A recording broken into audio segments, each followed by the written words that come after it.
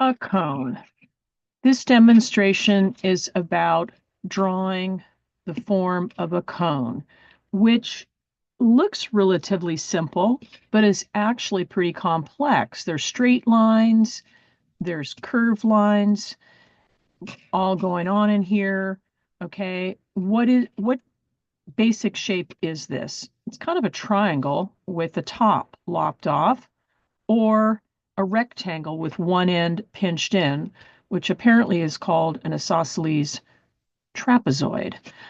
Um, so before I can start creating volume, I have to flatten this cone out to reduce it to this flat isosceles trapezoid shape.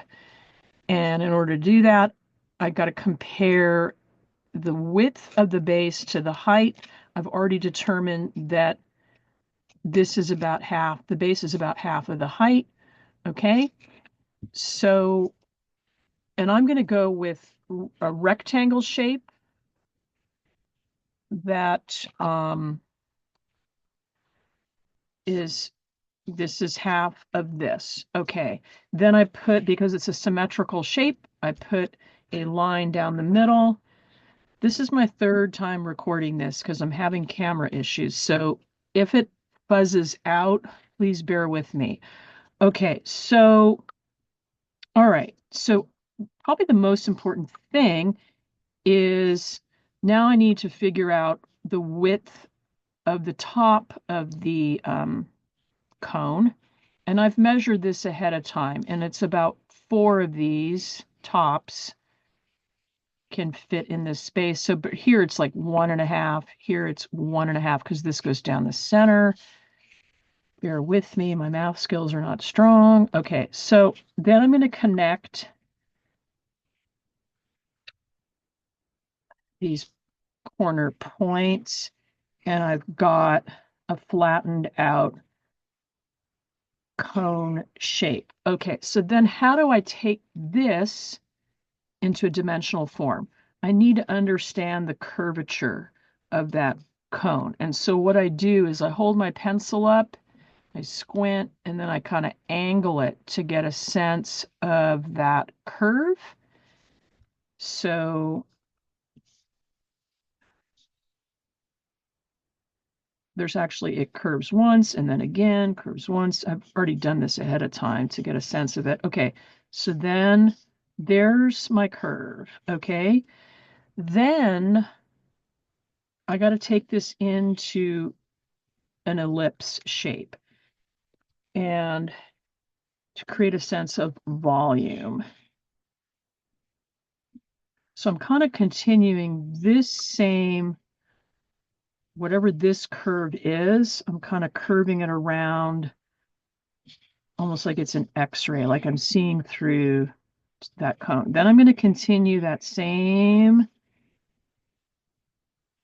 ellipse curve, moving up the cone structure, but getting narrower. Again, we're getting a feel for the shape and the form of a cone.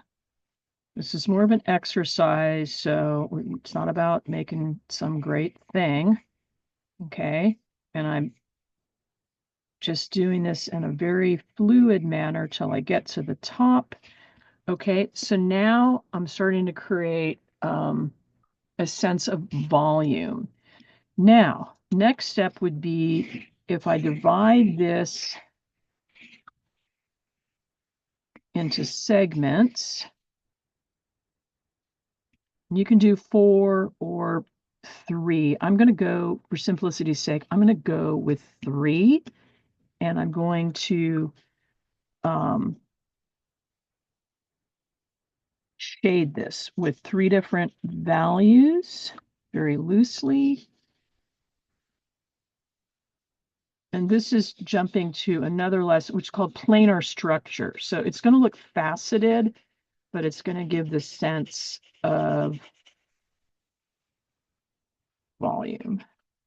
Okay, lightest value over here. So you could think of it as almost like facets, like on a cut diamond gemstone. Okay, so I'll go darker here.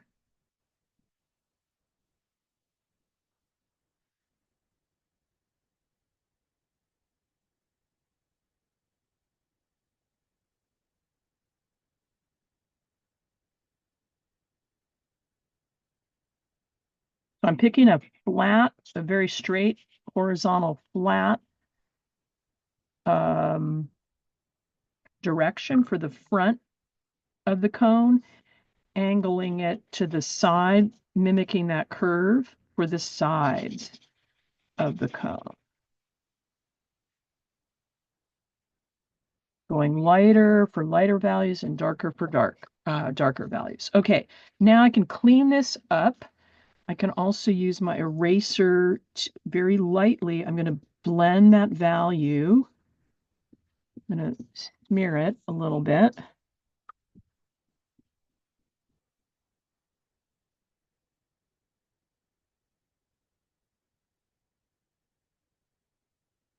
And if this is easier for you to do with something like charcoal, that's fine too. Okay, then I'm going to kind of clean up those edges there.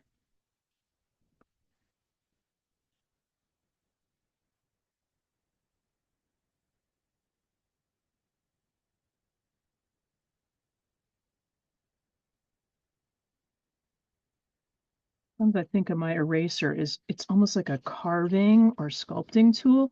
Okay, then I can sort of round that edge a little bit so it doesn't look like a tin can cone. Okay, then I'm going to lighten this side up.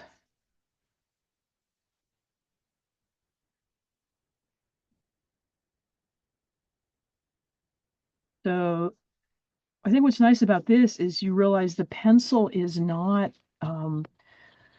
it's malleable, right? Sometimes we get nervous. We put a mark down and we think, oh no, it's not right. But it's still pretty malleable at this stage. I can move that graphite around.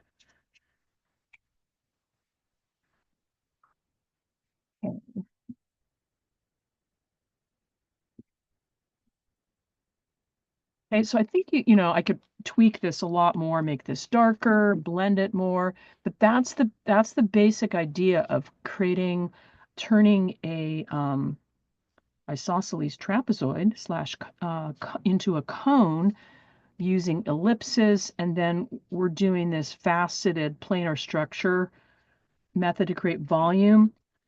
Obviously, I could smooth this and blend this more with a series of curved marks, and then it wouldn't look so faceted if I wanted to take it in that direction. But those are the basics of turning a flat shape into a cone with a feeling of volume.